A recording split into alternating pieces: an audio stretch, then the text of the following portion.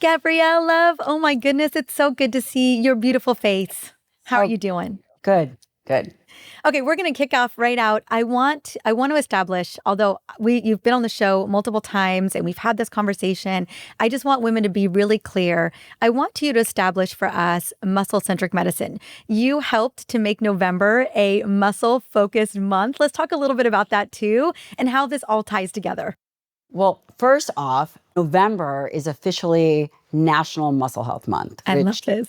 This is amazing. And why shouldn't skeletal muscle also have its own month? We've got Men's Health Movember, right? No mustache, no one shaves their mustache. Now we have Movember, Mo Muscle. Mo Muscle, Movember. It's a perfect month for it because I feel like everyone is going into the holiday season. They're starting to make maybe not the best decisions. And if we can focus, have a through line around muscle, that we could double down on how we become resilient and strong versus how much turkey we're going to shove down our throats Thanksgiving. Yeah, I mean, that's absolutely right. And again, November as National Muscle Health Month, it slays, first of all. Totally slays. Second of all, it begins to recognize skeletal muscle as the only organ system we have voluntary control over, which becomes critical to recognize because we are all aging. And listen, life is not easy. You and I were chatting. We have kids. There's a lot of moving parts, and there's a lot of moving parts for women in particular. How do we then begin to simplify the things that we can and take action over those things versus all of the chaos in the rest of everyday life and really double down on the things that actually move the needle? And that's where skeletal muscle plays the biggest role. I love this. You know, Forever Strong is such a poignant and perfect book to really help people understand muscle-centric medicine and more importantly, understand why muscle is the organ of longevity. But I think with that book, and not that there wasn't so much practical advice and recommendations, but with that book, I think there was a call to arms for like, how do we really make this more practical? And that's what the new book is all about. Can you show it? Can you show the new book? The playbook? So this is a playbook. Now, it's not a workbook. It's an actual playbook. And with this playbook, by the way, it has the best recipes ever. But You've been featuring these recipes on, hopefully you guys are subscribed to Dr. Lyon's newsletter. Also, she is showing them in her stories, like what her kids eat, what her family eats, what you can be eating. You make it so practical, but break down the recipes. Is there a recipe that you love or that kids love? Actually, so spaghetti squash in a hole. Yeah. Believe it or not, it's amazing. There's also buckwheat cookies. Again, how do we feed our children well without giving them a bunch of sugar and a bunch of crap? You and I talk about this a lot. You know, there's bison steak salad. There's a whole bunch of great recipes that we use. And quite frankly, what I did is I wrote the book that I wish I had. And this was the book that I had originally wanted to write, but you know how it goes. I mean, listen, you've written like 15 books. The first book is more so what the publisher wants. It's your message and your mission, but there are guardrails as to how they want the information to come out. And this book was the book that I wanted. And again, I don't say this lightly, I'm very proud of it because it distills down the science to give you actionable items, why you're doing what you're doing, protocols for recovery, protocols for heat, protocols for cold, how to eat, how to move, how to think. I mean, it makes it easy and accessible to everybody. I love that. Well, I want to focus more on the personal aspect. You are a mom to 2 young children who are incredible, and you are running a big movement, not only a business, but a movement. I want to hear a little bit about how you're able to build in movement. More importantly, I want to focus on, like you said, the one thing that we can voluntarily control is our muscle and how we build that muscle. How are you building muscle for yourself, Gabrielle, throughout the week? Yeah. Well, first of all, I think about muscle as voluntary choice. And, you know, when I think about skeletal muscle, I'll say that because we know there's cardiac muscle and we know that there's smooth muscle, say, for example, in the uterus. But skeletal muscle is this organ system that we have voluntary control over. And very simply, it's when we think about doing a bicep curl, skeletal muscle is what we're actually utilizing as we do that curl, or we do a leg extension or a squat. These are big muscle groups. And why skeletal muscle becomes so important, and I just want to frame this up for people, I think about it in 3 buckets. Number 1, the obvious, which is strength and mass and mobility, all of the physical aspects that we know and love about skeletal muscle. The second aspect is really about metabolism. how we eat for muscle health, why these diseases of aging really relate back to eating ways in which are mismatched for skeletal muscle health. And then the third thing that I think about skeletal muscle is the plumbing system. How you are using your muscle through, say, cardiovascular activity to allow for blood flow and all kinds of circulation, which have good health outcomes. We know the healthier your arteries are, the more cardiovascular health you have. It's really all about this vasodilation phenomenon. And those are really the three buckets that I think about for skeletal muscle. And of course, there is the myokines, the brain function. But as we really begin to think about our three main buckets, they are the following: muscle mass and strength and mobility, so the physical aspects. Number two, the metabolic aspects. And number three, the plumbing aspects. And, when I think about what is most important for me, I always think about strength. I do too. Talk to me about that. Yeah. And why that's important. So strength changes as we age. Is it an aging phenomenon, or is it that we are doing less activity? It's probably a coalescence of both things. And really, strength we see, if not really focused on that skeletal muscle architecture, it changes. We have different fiber types. Let's just say we have type 1 and type 2 fiber types. It is more complex, and oftentimes they are mixed, but type 2 fibers are what we think about as those bigger, bulkier fibers. And from a practical standpoint, we see as our parents age, they become thinner. And it's really that transition from the type 2 fiber types to the type 1, which are more endurance and running. But in order to maintain those strength and power muscles and muscle fibers, you have to create enough stimulus to make that possible. And that's where strength comes in. Is it strength? Is it hypertrophy? There is this continuum, this strength hypertrophy continuum, and really focusing on doing activities that create stimulus. Let's say if we were to pick, 6 to 15 reps, which is a very wide rep range where you have 1 to 2 reps in reserve, meaning you can't go another rep without having some kind of technical failure, meaning your form breaks down. And it becomes really important because we know that when we have improved strength, we have a greater likelihood of living to 100. When we have a greater strength set, and strength is really also a skill, then we maintain our activities of daily living. We don't end up in nursing homes, hopefully. And when we focus on training for both, I would argue strength and mass, then we create this metabolic system that allows us to, maintain the majority of our body weight as healthy, meaning 40% of our body roughly is skeletal muscle. You do not want that tissue inflamed, and you can have unhealthy skeletal muscle. Active sedentary muscle is what I would consider unhealthy skeletal muscle. I agree. I hear from a lot of my own patients around, I would say 35, even into their 40s. They're noticing that they're just not as strong as they used to be. And as a result, maybe consciously or even unconsciously kind of move away from lifting heavier and move towards, I think you're talking about that type 1 fiber, the more endurance fiber. All of a sudden, if you can't lift in the gym, maybe take up cycling or maybe take up running. And so we'll make these adaptations based on kind of noticing that we're losing strength and power.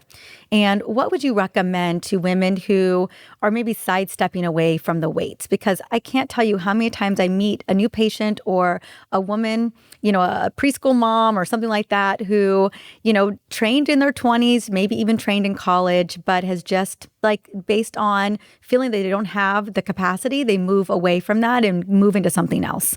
Yeah. Well, it is a very real thing that happens. Really, one of two things happens. Number one, those women never even enter into the zone of training because they are confronted by personally held beliefs like they're going to get too bulky. And that's simply not true, ladies. I trained in geriatrics.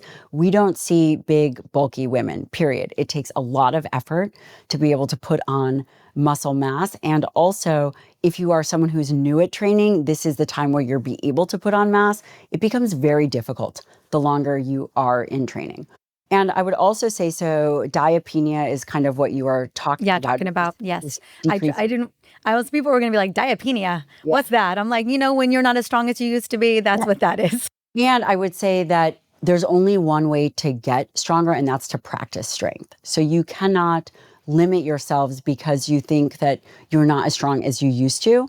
And getting a very well-defined strength program is everything. And you also mentioned something that I think is really important. You said that women feel as if they're not as strong as they used to be. And or one of the other things that we see, or they can't lift as heavy as they used to. Heavy is relative. I was going to say, let's talk about this because there's so much misconception about what heavy is today, and it's freaking women out. I would say it's moving them further away from the gym, not into the gym. I would agree with you. And there is this idea that women have to lift heavy to get a stimulus response. That's not true. Heavy is definitely relative. A woman does not have to do a 3-rep max or a 5-rep max, and here's why. As we age, our muscle outpaces our tendon health.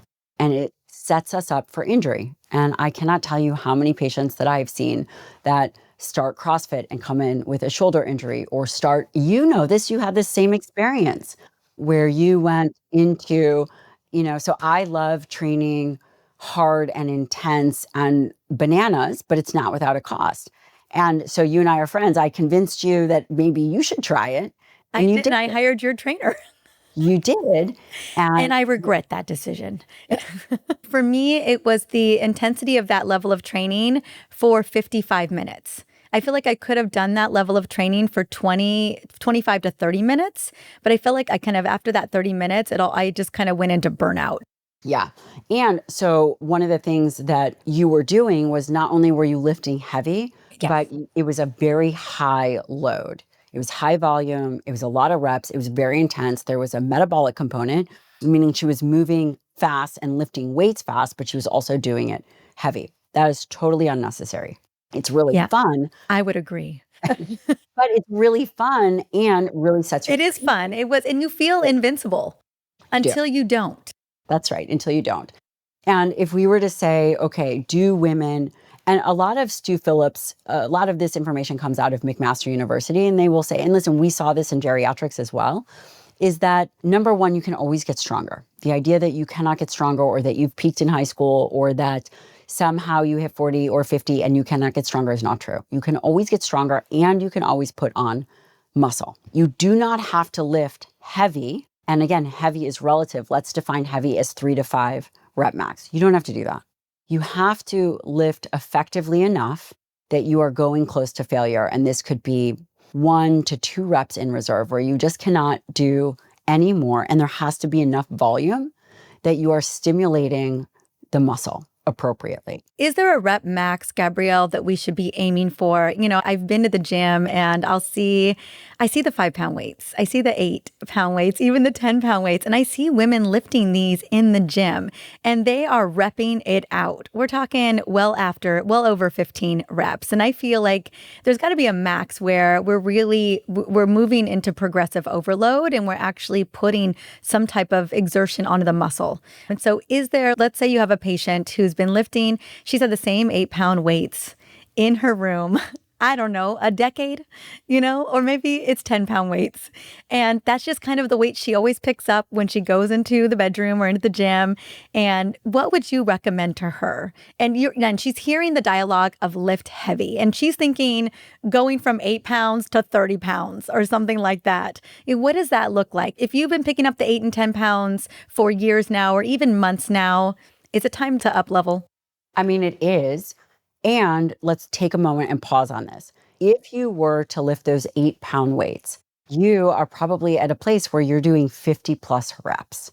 Can you get enough stimulus with those 8-pound weights? Probably from a certain perspective, yes, because it's actually all about progressive stimulus. We hear progressive overload. And when we think about progressive overload, it's this idea that we have to lift heavier and heavier, but it really is about the stimulus that we are lifting. And there's ways in which we can change the stimulus. For example, tempo, for example, volume, for example, adding, more reps or more days or slowing it down, changing up the exercises. So there's other ways to create stimulus, even within that, same rep range. So for instance, if I was squatting and I was knocking out, let's say 10 squats.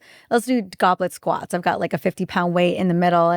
But then at the end, my trainer's like, you need to hold that for 20 seconds. That would be, yes.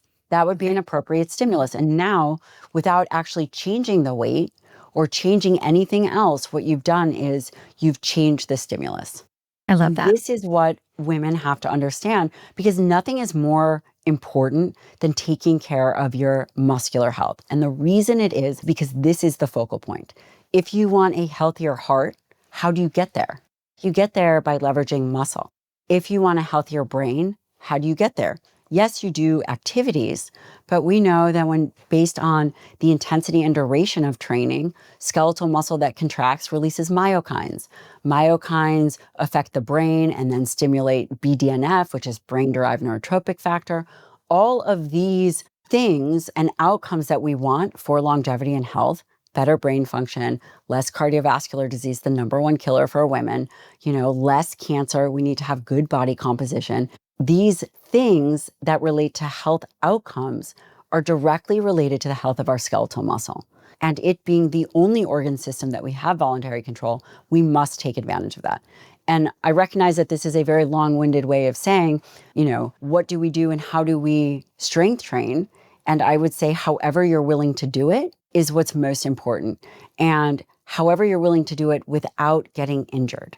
Because if you hear a lot of the rhetoric right now about lifting heavy, again, I have been seeing patients for a very long, since 2006, I graduated medical school. And what you see is that when people are very young, it's very forgiving. When you're in your 20s, body, you know this. But if you have something like Hashimoto's, which you talk a lot about, this changes the tissue quality. It can affect muscle health. And unfortunately, can expose people to injury, right? If tissue turnover is not ideal, and then they're getting tendonitis, or let's say they have Lyme, they're getting tendonitis in the elbow, and then they're having joint pain in the ankle, all of this affects mechanics. And what we don't want to happen is we don't want someone to get injured. There has to be a balance between the input and then the recovery. And you can't guess at it. It has to be very well defined, and having a program that takes you through that and allows you to go at a cadence that both allows for improvement and recovery is critical. And, what I did is I put that in a book. I was going to say, there's training programs in the book that are great for beginners, intermediate, and advanced. It teaches you how to think about it and also how to think about training for longevity, which is critical. We're not training for today. We're training for tomorrow. We're training for our future selves. Yes. And I would say that we're even training, I think about training in terms of even mitigating symptoms today. Training for better sleep, better brain function, better energy, better metabolic health. Ultimately, just having, I think about my patients and even myself, like I just want more bandwidth. I want the same bandwidth as I know I have capability of. I think that particularly in midlife, women say, I have all this capability. I know I can do all of these things, but yet my energy bandwidth isn't the same. And I think that's where movement can really come in and help address that. Yeah. Just from a very fundamental level, skeletal muscle houses a ton of mitochondria. And based on weight, if it's 40% of the body system, then, you could be 50% muscle or you could be 30% muscle. And we know that it is more dangerous to lose skeletal muscle than it is to put on fat as we age. And I'm going to say that again because it's really important. It's more dangerous to lose skeletal muscle than it is to put on body fat as we age. And this is really some of Bill Evans's work. And I think he's at UCS Davis, but he looked at skeletal muscle directly. A lot of what we see right now is we're not measuring skeletal muscle directly. DEXA doesn't measure skeletal muscle directly. We're not doing a ton of CTs or MRIs. But and he talks a lot about something called this D3 creatine. And when we look at skeletal muscle directly, what his research has shown is that it's more detrimental when we don't protect this tissue. Again, because of its role in metabolism and its role in strength, mobility, and energy, it becomes critical to do that. And the primary way we think about protecting just the musculature itself is really stressing it. And that means, I love training for hypertrophy, which is training for growth. It's a little higher in the rep range. Lower in the weight. Yeah. 10 to 12.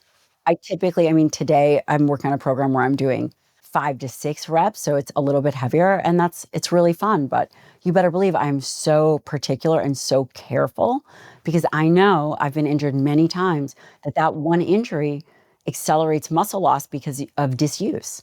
And it is not difficult to focus on the most important big needle movers. And that's, let's say, 3 days a week of resistance training, 3 days a week, as simple as that. I love that, 3 days a week. And I want to talk about, I think that's totally doable.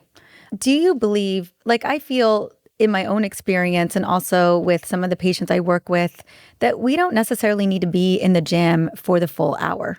If I feel like you can be super focused and be clear about what you're doing, and you can get in and get out within 40 minutes, maybe even 30 minutes.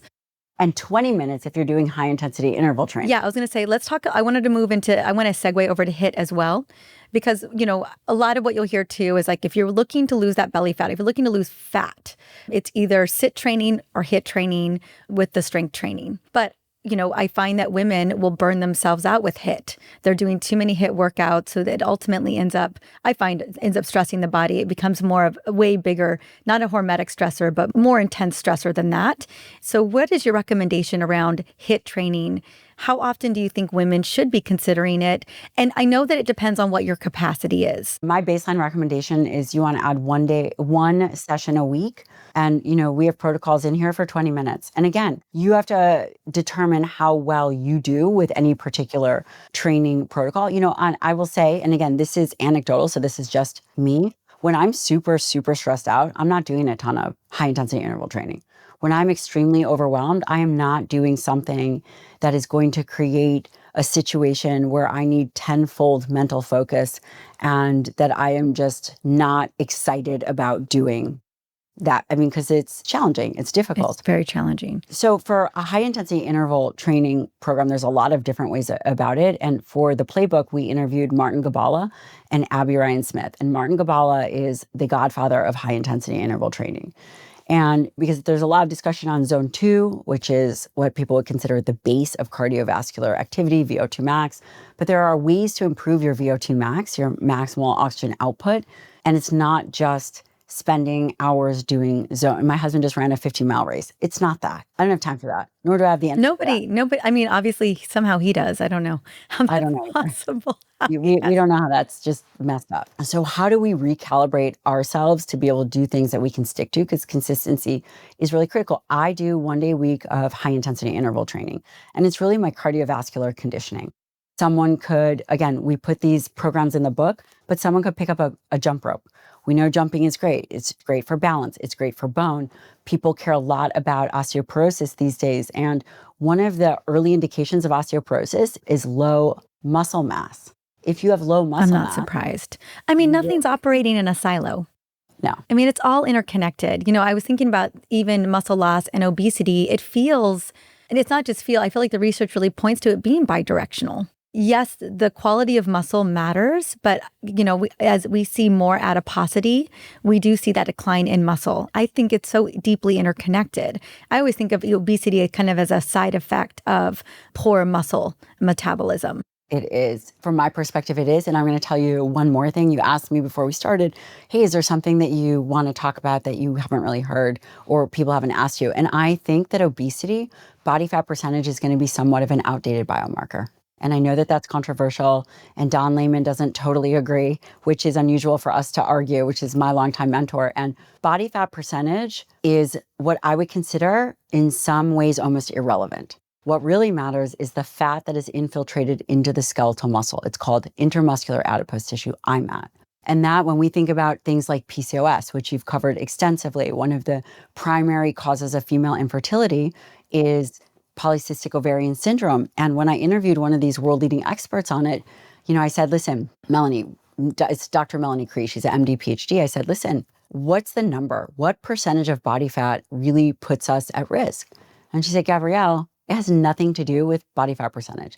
It has everything to do with that intermuscular adipose tissue, the percentage of fat that is infiltrated into that tissue. That is where the problem is. And that's driving insulin resistance too.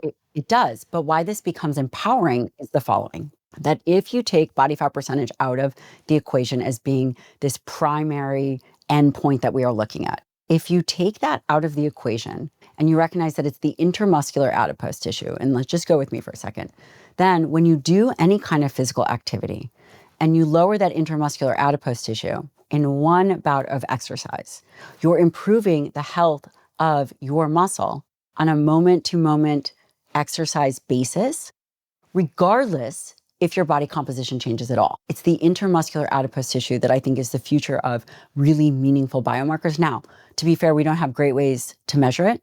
We don't. We're not doing ultrasound. We're not doing a ton of CTs. And MRI, it just all depends on what you're looking for and if the system is set up for it. Can a DEXA be a proxy for this, though? I mean, there's always an important starting point to be looking at numbers in a meaningful way. Yes, DEXA can be a good proxy for, I mean, it's a measure of body fat percentage. It extrapolates lean body mass. It doesn't talk about the quality of skeletal muscle. No, it definitely does not. But it gives people a place. Yeah. And I'm always looking for that starting place. You know, even still, a lot of women are not getting DEXAs, at least not until their 60s, even in their 50s. I feel like that window of intervention really needs to be in our 40s, maybe even sooner. Oh, I couldn't agree with you. Listen, you know, again, we both have young children. The earlier that they start training, the better their health and metabolic outcomes will be. I agree. Story. I mean, that's it. I want to talk about muscle as it relates to metabolic health. And I know we've been touching upon this, and we talked about strength training and HIIT training. And, you know, I think about how even just that one workout, if we're living a predominantly sedentary lifestyle, I feel like it's just not enough. And so how do we begin to build our lives around movement? If muscle is our metabolic sink, you know, it is what's going to keep us metabolically healthy. And in turn, that's going to have a profound impact on our cardiometabolic health. How should we be thinking about movement on a daily basis? Not just the 3 times a week of strength training, maybe bringing in a little bit of HIIT. How do we implement movement as one of the most important priorities that we do every single day? Well, you can put standards around it. So for example, after we eat, we go for a walk. Yes. You should set a step count. And this is exactly why we created National Muscle Health Month. And this is every time you hit 3,000 steps, you should post it. Great. Yes, 3,000 steps. Again, is it 10,000? Is it 20,000? It's understanding where you are and always trying to hit that or exceed that. For us, so I never like going to visit my dad. I love my dad. He lives in Ecuador. It's far. And also, I was like, Dad, how'd you get to the airport? He's like, oh, I walked to the airport. Dad, how'd you get home? Oh, I walked home. So if it's less than 4 hours, he's going to walk it, which again is a bit extreme. You don't have to. It's a bit extreme. You don't have to walk. I love walking a lot. Yeah, but it's a lot of walking. I walk outside. I'll send you the video. He's laying on the grass. I'm like, Dad, what are you doing? He's like, I'm grounding. But he's just full spread out. We're in Texas. He's just laying on the grass. But no, we've met your dad many times. Many times. Having a very physically active lifestyle is really important. We don't do electronics. We do movie night on the weekends, Friday night movie night. It's a blast, but we do a lot of physical activity. And I think that how do you think about it? Number one, a standing desk. I'm not on a standing desk right now, but typically I'm standing up. I'm standing up outside or a walking treadmill. I mean, this is a no-brainer. Also, doing little things throughout the day. I mean, I do 100 push-ups a day. You can't take me anywhere. I'm such an embarrassment. It doesn't matter where it is. If it's time and I didn't get those push-ups in, you better believe, am I doing it on the floor wherever I am? Yeah, I am. I love it. It's totally inspiring. Okay. Yeah, and I think we've talked about this and we've done a lot of this together, you know, as exercise snacks. And everyone listening to this show, they know that those are not snacks after exercise. It's about little mini bursts of movement, HIIT movement, where I always say you want to get your heart rate up. So whether that's jump squats or it's jack squats or it's jumping rope or it's push-ups or it's going up and down your stairs with weights or it's jack squats, it's something that's going to rev your heart rate. And I believe that we need to be building little mini movements in. I mean, obviously being mindful about injury is so important, but I'm really interested in more research around these bursts of movement. That is, you know, stressing the heart, is helping to, you know, accelerate not only building a little bit of muscle. I'm curious where your thoughts are on that. Because I feel like I average about 250 jump squats a day, give or take. I'm like, it's got to be doing something. Yeah. I mean, I think that you are not being sedentary, number one. Is it building muscle, the jump squats, I mean, it's building a lot of things. It's probably building hand-eye coordination. It's building power. It's not all about just mass, and it's not all about strength. Are you improving blood flow? Yes. Are you getting your heart rate up? Yes. Are you probably impacting your bones in a positive way? Probably. And you're not at a place where you're doing too little. Being sedentary is a disease state of itself. And it's hard. It's challenging. You know, when I think about how much movement is enough, I'm not sure that we totally know. We know how much movement is enough to not be worse than yesterday, which I would say is the bare minimum, which is 150 minutes a week with 2 days a week of resistance training. I mean, this is the base floor set, just like when we talk about protein and carbohydrates, this is kind of like the base floor. And it's a very personal. It's also difficult to study in some ways because, again, we're talking about muscle, but our fiber types and the actual structure. So I have different fiber types than you have and that my husband have. It's mostly training effects, but the reality is we're all totally different. And I love the idea of doing something that is challenging every day and moving as much as you can. And you'll know, maybe you'll feel fatigued but the outcome isn't always strength. And it's not, we get very rigid, but I love that you're doing 250 jump squats. And do I care that it's improving your strength or not improving your strength? I don't care. I care that you're doing it. And also you're creating flux. So part of the reason why muscle gets unhealthy is it becomes stagnant. You're not moving the glycogen. You're not moving these metabolic byproducts. You're not actually creating energy need in the way that is important. So movement, no matter how you do it, it's amazing. Well, I loved the breakdown of the 3 buckets at the beginning, right? Talking about strength and mass, muscle mass, we're talking about metabolic health, and we're talking about the pipes, right?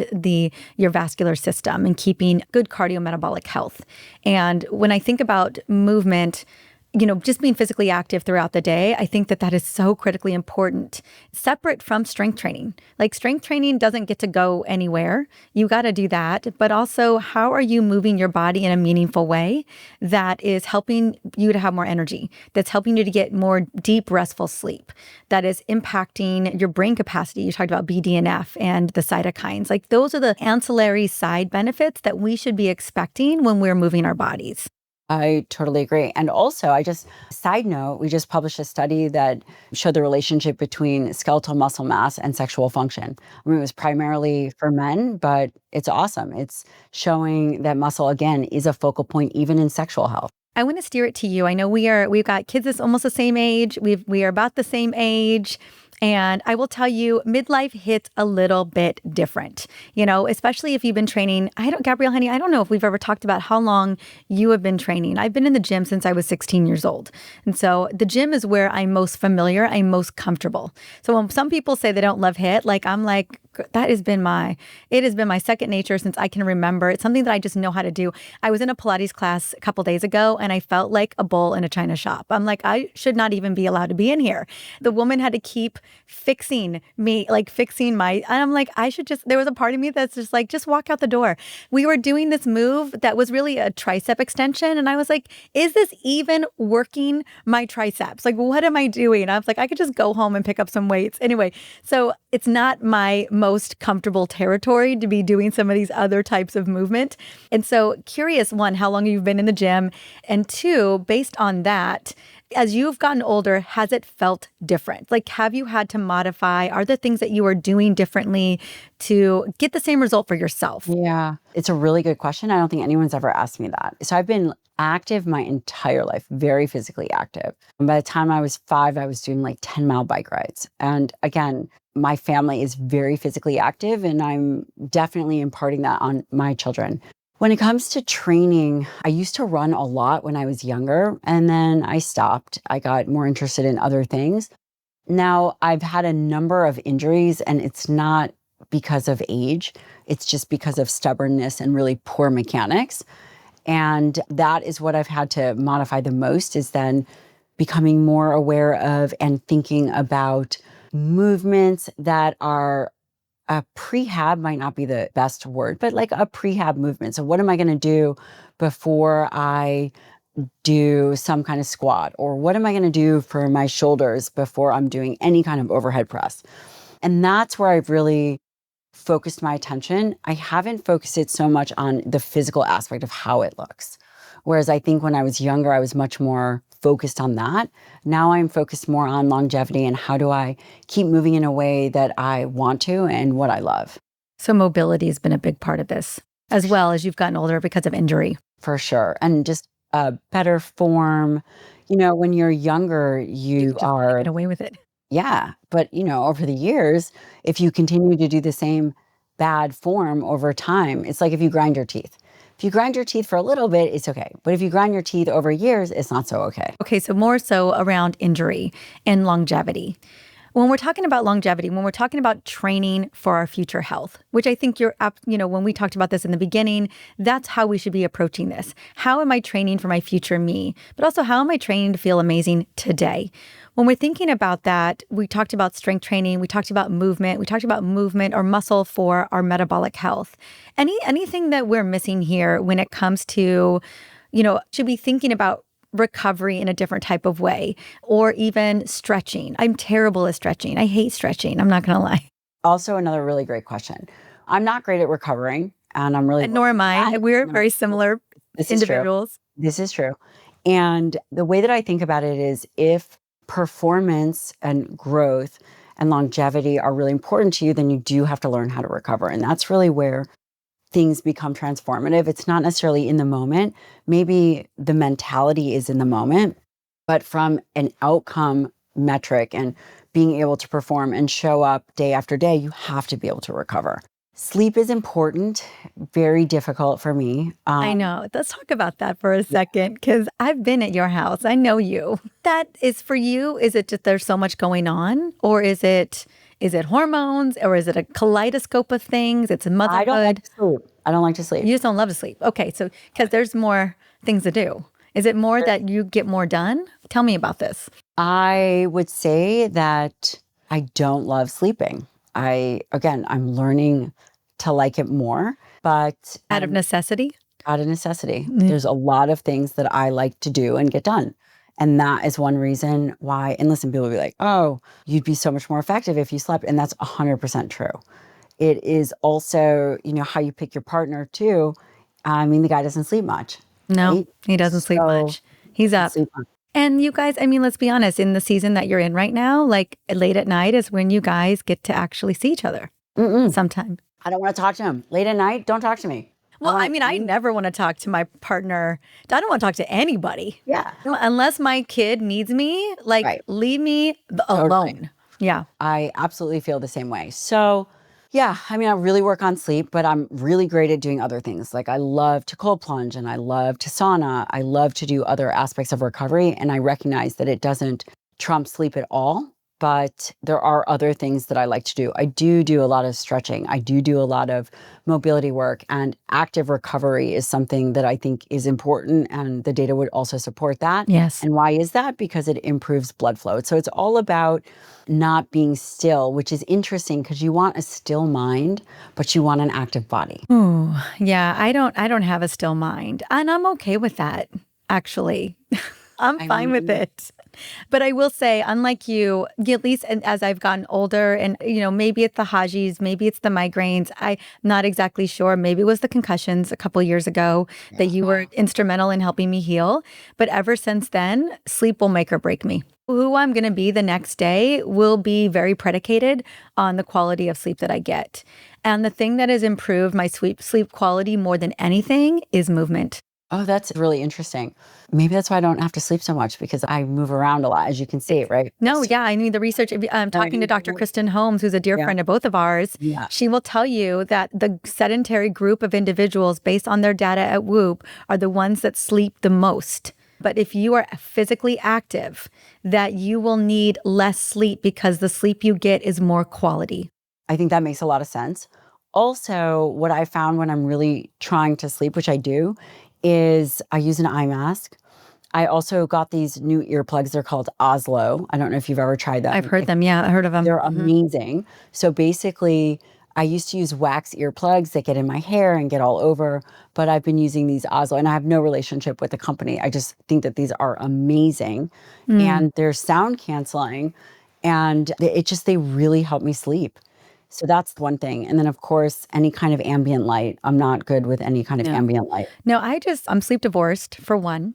I am by myself. I am in my own room, my own space. Once the door is shut, you don't get to come in.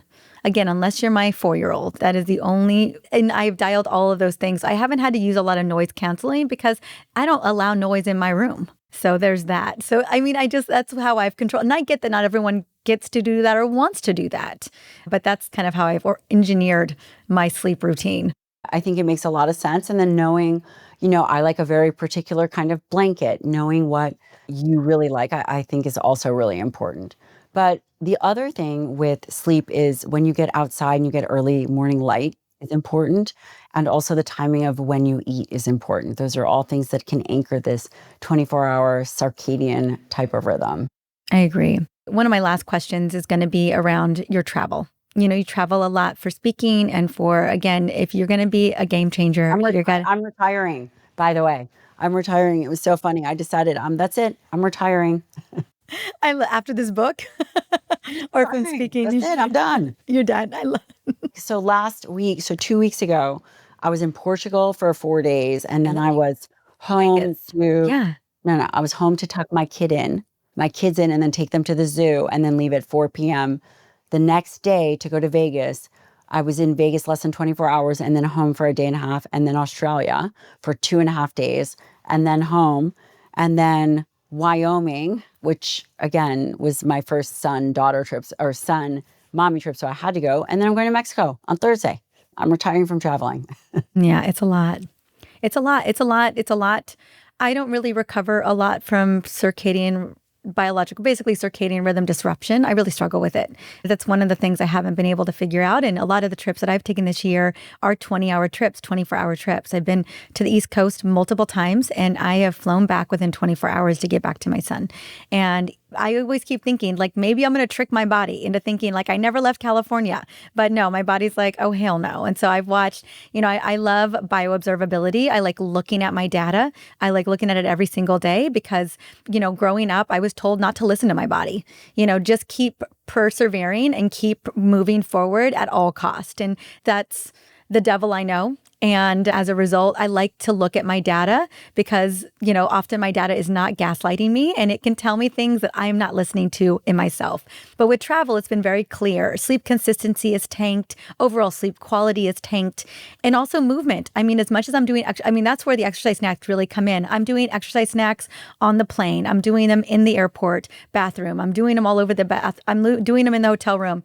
A lot of the gyms, they use a lot of fragrance in the gyms today. So I'm doing a lot of body weight. Those give me migraines. I'm like, how did we get to a place where we're putting scent in a gym? Like, just leave the gym alone. Anyway, so movement, I'm curious, in terms of that level of travel, how are you carving in movement for yourself so that you at least feel like a person? I only stay at places that have gyms. I train before I get on an airplane. I also pack training gear with me, and that includes blood flow restriction and bands and any kind of mobility tool. So I don't really miss training, and I know in advance I typically either pack food with me or have it sent to the room. And the other thing that I will tell you is that I know the travel schedule in advance, and so I train for that prior, so I'm not dependent on that 1 or 2 training sessions. So a lot of knowing your schedule and a lot of intentionally, building it in because you know what you're doing. Mm-hmm. Okay. And also, you have to know your weaknesses. You have to know that you are going to try to talk yourself out of going to do it. Absolutely. So when I went to Vegas, that is a crazy schedule. No, my brain would have. Right? And so when I went to Vegas, I was like, all right, tell me where the gym is. And do you have a hotel room with a gym or an exercise bike or whatever? And they did. They had a room that had a Peloton in it. So I was like, sign me up. And in those travel days, especially with a travel schedule like that, obviously listening to your body is so important. And so do you find yourself maybe on a day where... Because it doesn't ever tell you to crave a salad, right? Typically when you listen to and again, this is kind of silly, but when we, and our dear friend Elena Brower might say differently, but I've thought a lot about this. For example, when we go, oh, I'm really craving this. And it's like, never for me, I'm never craving the salad. I'm like, oh, give me some, I'll take some licorice. That's what I want. And so Really? So I'm, no matter where I travel, no matter where I go, that is a willpower and discipline I'm able to maintain. It's the movement. Some days I wake up feeling like hot garbage. yeah, And so I'm like, hot garbage. That's really hilarious. Yeah. I'm like, that gym, like it ain't happening. Like I can do the exercise snacks throughout the day and I can definitely clock my over 10,000 steps. But like sometimes the workout goes. Yeah, I would challenge you to recalibrate that, especially if you're traveling and that you're depending on this workout, and I had a real heart-to-heart conversation with a friend of mine named Jordan Shallow. This was when I had re-injured myself. And he's like, Gabrielle, stop with you're traveling too much, you can't get to the gym. And I was like, I didn't really want to hear it, but he was right. And he said, then you stay at a place where they have a great gym and that's it. You're going to go do that. And it's hard because there is this component of how much do you listen to your body and then how much do you push it? And it is a very fine line. And I would say it depends on where you are on the spectrum. So for example, if you are the kind of person that is going to push no matter what, then you might reflect and say, you know what? It's really hard for me to rest and I'm tired. So there's this one component. And then if you are someone that doesn't like to train and you are looking for a reason to not train, you have to call yourself out on it and then actually get there. So again, I think there's both listening to your body and then listening to your architecture as a human. Who are you and where are you trying to negotiate? Because there are things that you can negotiate that I think are valuable. And there are things that we talk ourselves out of that are even more valuable. Like this morning, I'll give you a perfect example. I got back at 11 p.m. last night. I was exhausted. My son is still sleeping with me. I cannot get him out of my bed, both. So I've got 1 foot of my son, and then my daughter also wants to sleep with me. So I feel like a sardine. Every night is like a sardine. It's so sweet though. It's not sweet anymore. I'm like, listen, guys, you're giving me vascular disease of the brain. Get the F out of my bed. Like, that's it. I'm done. Yeah. King sleeps with Alex. So he's still co-sleeping. He's just not with me. I'm like, listen, I'm going to put a fake snake in my bed just by Felicia. And so there's this massive king size bed. And yet I'm legitimately a sardine over in one small corner. And I was exhausted. So it's a flight, it's to get to Jackson Hole, it's 2 flights and this and that. And I got home last night, I was exhausted. And then my husband wants to talk and hang out. I'm like, listen, dude, I'm gonna go in the kids' room. No one talked to me. So I didn't get a great night's sleep. And then of course it's time for me to get up and train. So I text my trainer, I text Carlos. So Carlos Mott, he's amazing. He's at Sigma Performance. I'm like, dude, I don't know. I'm so tired. And his question was like, okay, how tired? And then I was like, well, I'm pretty tired. And then the next question is like, okay, well, are you traveling this week? And I was like, yeah, I'm leaving Thursday. He's like, get your ass in here. I was like, okay. And I had one of the best training sessions ever. I love that. Yeah. I mean, what I'll end up doing sometimes where I'm just exhausted, I'll do at least 20 minutes. I love that. I'll go in and do 20. It may not be the full thing that I would do at home, but at least I'm in there and then I'll make sure I'm moving throughout the day. And the reason why I wanted us to go into this kind of personal conversation is that we are often negotiating with ourselves. We are often talking ourselves out of something, particularly the movement. That's the thing that we end up letting go. And, what's 20 minutes or 10 minutes or 15 minutes? Maybe just tell yourself, I'm going in for 15 minutes and then see what happens. I think that it's great. Or, you know what? Maybe you just say, listen, I really don't feel like it, but I have committed to doing it. So it doesn't really matter how I'm feeling about it. I'm going to do it anyway. And here is why I think it's important, is then you build up confidence. You don't have confidence for things that you haven't done or you haven't tried. And when you, even if it's subtle, if you skip your training or you go off your plan or you don't do the thing, it erodes your self-confidence, even if it's not overtly, but it's very subtle. And then it trickles out into the rest of the day. And I think that, if we can put a stopgap on that early, it becomes important. And, I got into the business of medicine for one reason. I believed that the world could be better and stronger. And I believed that I was here and put here, I still believe that, to help people change their world so that then it can be this cascade effect.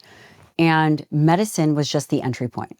And that's what I think is important to recognize, and we all come from different places. Not everyone is going to be, love suffering, right? That sounds crazy, right? And I might be someone who likes suffering, and you might be someone who likes suffering, whereas our dear friend Elena is a master at really being mindful and listening to what her body says. And, there's this whole spectrum of being. But what I think ultimately moves the needle is that if we have an idea of where our values are, and I think that we are at this landscape, we're at this precipice of women recognizing that strength is critical. We've always been mentally strong and Always. physically stronger than we would ever give ourselves credit for, And there is now a way to also recognize that we do have the same ability to have that physical strength, and that there's a bidirectional relationship between physical and mental strength. And I would never want us to shortchange ourselves because it sounds abrasive or it seems that's not for me. It is for you. It is for the woman listening. And she's stronger and more resilient than she could ever imagine. And it's just the truth. I agree. And I believe that women, we get to stand on our successes, but we only get to really do that, especially as we step into perimenopause and menopause and beyond, if we're strong. It's really hard to do the work that we're meant to do. It's really hard to live in our purpose if we are struggling with health issues, if we are struggling with, sarcobesity, whatever that may be that you're struggling with. Like, how we ensure that we can be the change we want to see is we've got to be resilient. And it starts with muscle. I love it. Well, you said it. So here we are. All right, honey, where would you love us to tune into you? We're going to go get the book. It'll be everywhere books are sold. Where else would you love? We have Strong Medical, the practice, which is amazing. You can go to my website. There's a ton of free resources. You can find me on Instagram. You can find me on my podcast, The Dr. Gabrielle Lyon Show.